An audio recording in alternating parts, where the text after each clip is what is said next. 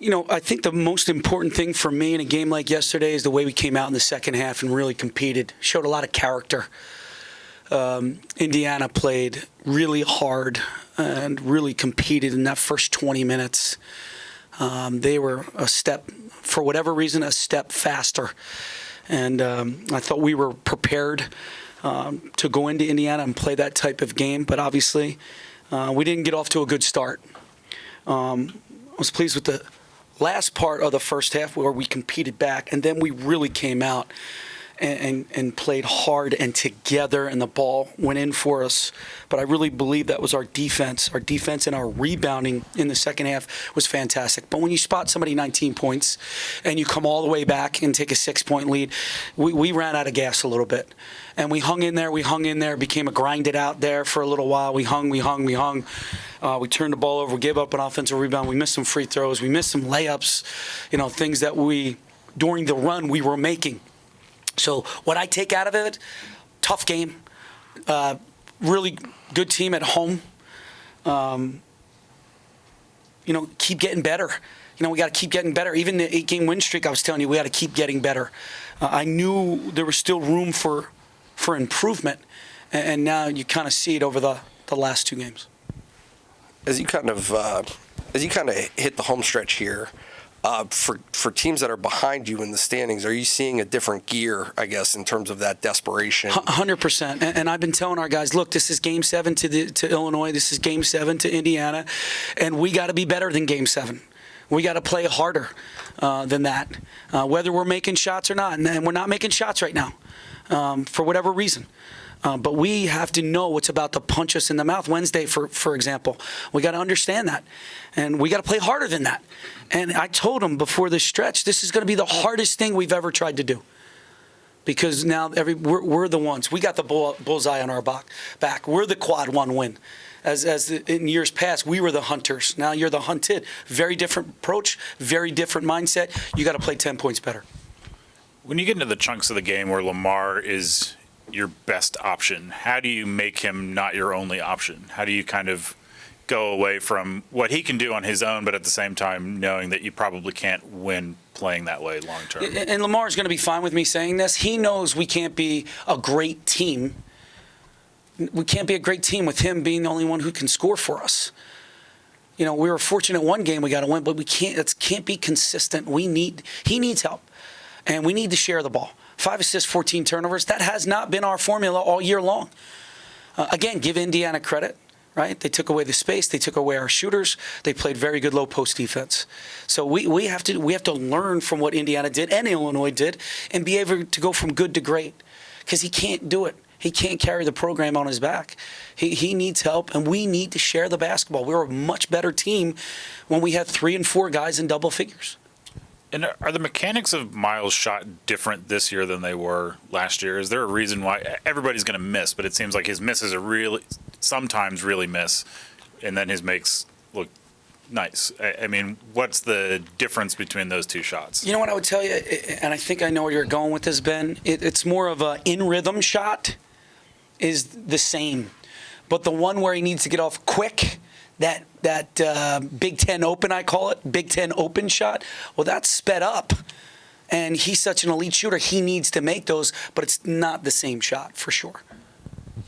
Can you put your finger on why you aren't shooting as well now? Because the last 2 games, that has been far different than the 8-game. Yeah, 4 threes, 2 threes, no doubt. If you make 4 threes yesterday, you might be sitting here in a different situation.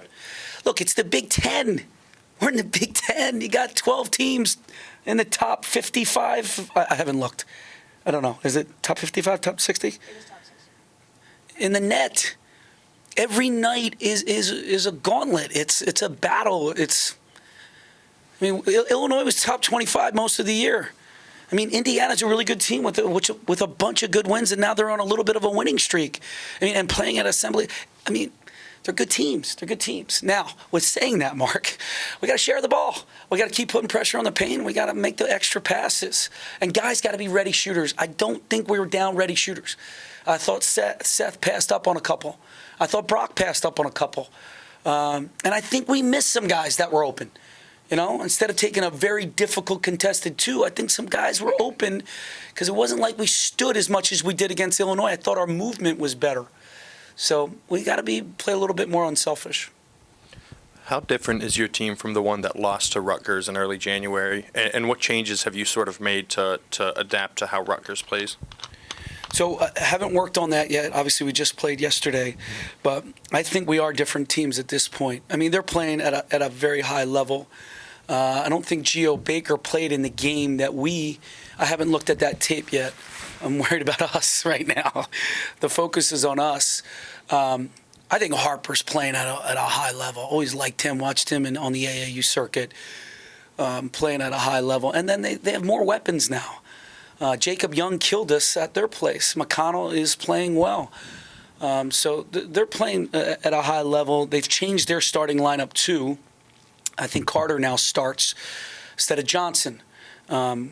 And I love the transfer from, I don't want to butcher his name, from Stony Brook. Man, he just gives them an even keel guy out there who just he always makes big shots, always makes timely plays, and he's rebounding at a high level. Look, they're a very, very good team.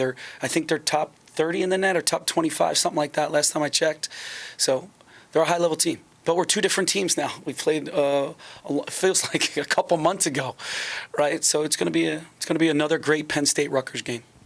Is there any sort of update you can give us on MJ? And you know that we have to ask the question. And should people read into the fact that he dressed and that things are progressing? Look, it's day to day. We want to make sure we give him enough time to be at his best. I don't want to rush anybody. I don't think that would be fair to MJ, nor would I do it if Lamar was in this situation. We got to do what's best for him. Do you have we haven't asked this question this way. Is there a percentage you can ascribe to his general well-being? Percentage? I mean, would a guy comes back from So you're telling me there's a chance? a guy comes back from a sprained ankle. I just gave you a Dumb and Dumber reference. Yes, yeah. Thank you. I don't know, Ben. I just do what the doctors tell me. I'm not getting caught up in that deal. No way. Fair enough. That's like a John Deere letter you just got. Yeah. Sorry about that. It's okay. Over the years, you guys have been, you're saying, the best, something approximating the best team that you want to be at the end of the year. How do you kind of find that stride? And is there a different kind of urgency to do that when you know that the things that you're headed towards are a little bit different than the offseason? Yeah, I don't think defensively and rebounding for the most part, although Illinois beat us on the glass, I think we're on that side of the floor, we're giving ourselves a chance. And that's all I could ask for. We just got to get the offense, get that going again, sharing the ball. And it's not about the cuts, because the cuts worked 2 weeks ago. They were fine. We got open shots, and we got ourselves to the free throw line, and we were getting assists. So we just got to make sure we continue to trust one another, continue to share the basketball. How much of a challenge is it to I don't know if expect is the right word, to find consistency from Seth at this point in the season for him, first year, all that stuff? Yeah, he's a fresh. There's no doubt he's a freshman. I see where you're going. And defensively in the second half, he was fantastic.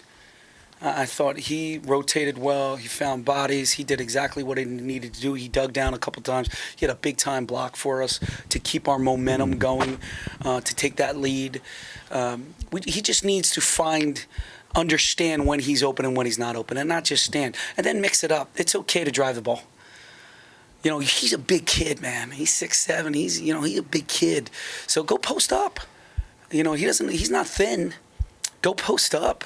And try to make some opportunities that way. Get yourself to the free throw line, because he's a very good free throw shooter. And I guess that's kind of what I'm asking is, do you need that production from him offensively? Do you need those points from a guy who's getting starters minutes? I think it would help, no doubt. I think he needs to search threes, and when they're there, he's got to be down-ready shooter.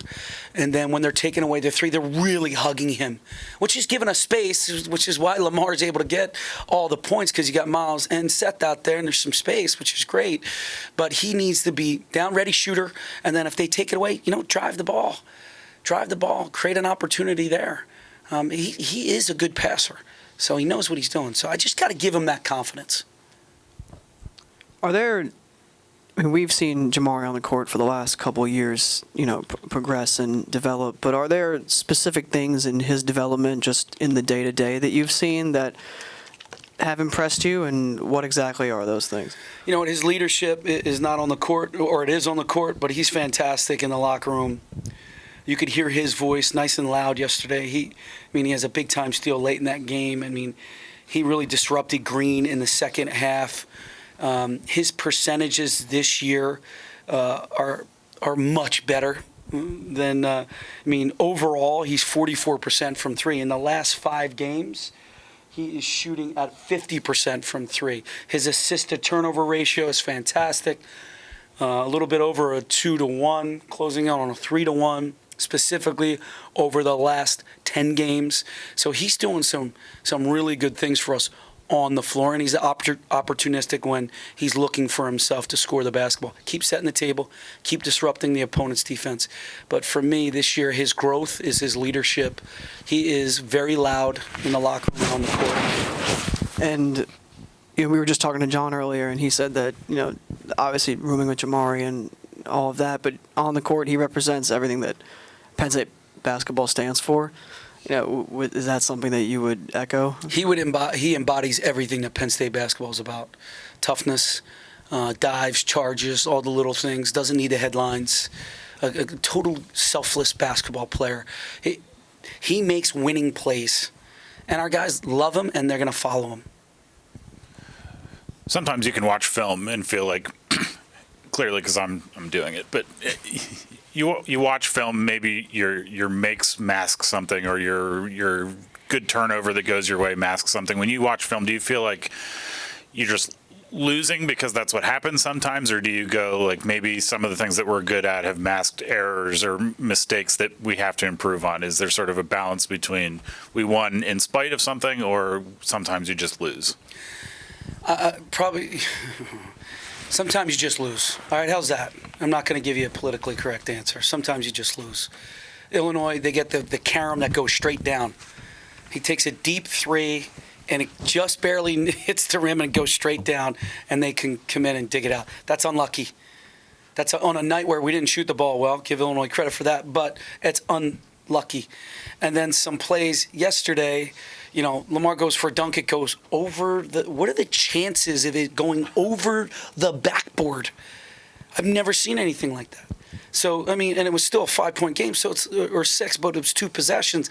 Some things sometimes are just unlucky, and the bounce doesn't go your way. I do think, and I was saying to you guys during the 8-game win streak, that we can get better. So I'm watching the film, I'm dissecting the film, and I still see little areas that we can improve. So that's the second part, I would say, that I could see. And sometimes you're making shots, so it does mask some of the minor things that you have to clean up. I think I know the answer to this, but I'm going to ask you anyway, just to hear you say it. Can Lamar enjoy any of the milestones, the thresholds that he's crossing in terms of I don't think historically? so. Yeah. I wish he could. And I'm going to talk to him about staying in the moment, staying present, enjoying this journey. Look, guys, I tell these guys before every game, every time out, hey, have fun, enjoy this. Enjoy this moment. Make a memory. Try to appreciate what you've done to this date and what you're about to do moving forward. But he's got to find it. I didn't think he enjoyed that game yesterday. He wanted to win it so bad. And he's just got to relax and enjoy this journey with his teammates. Anything else for Coach Taylor? Can someone help me down? All right. Oh, yes, we are.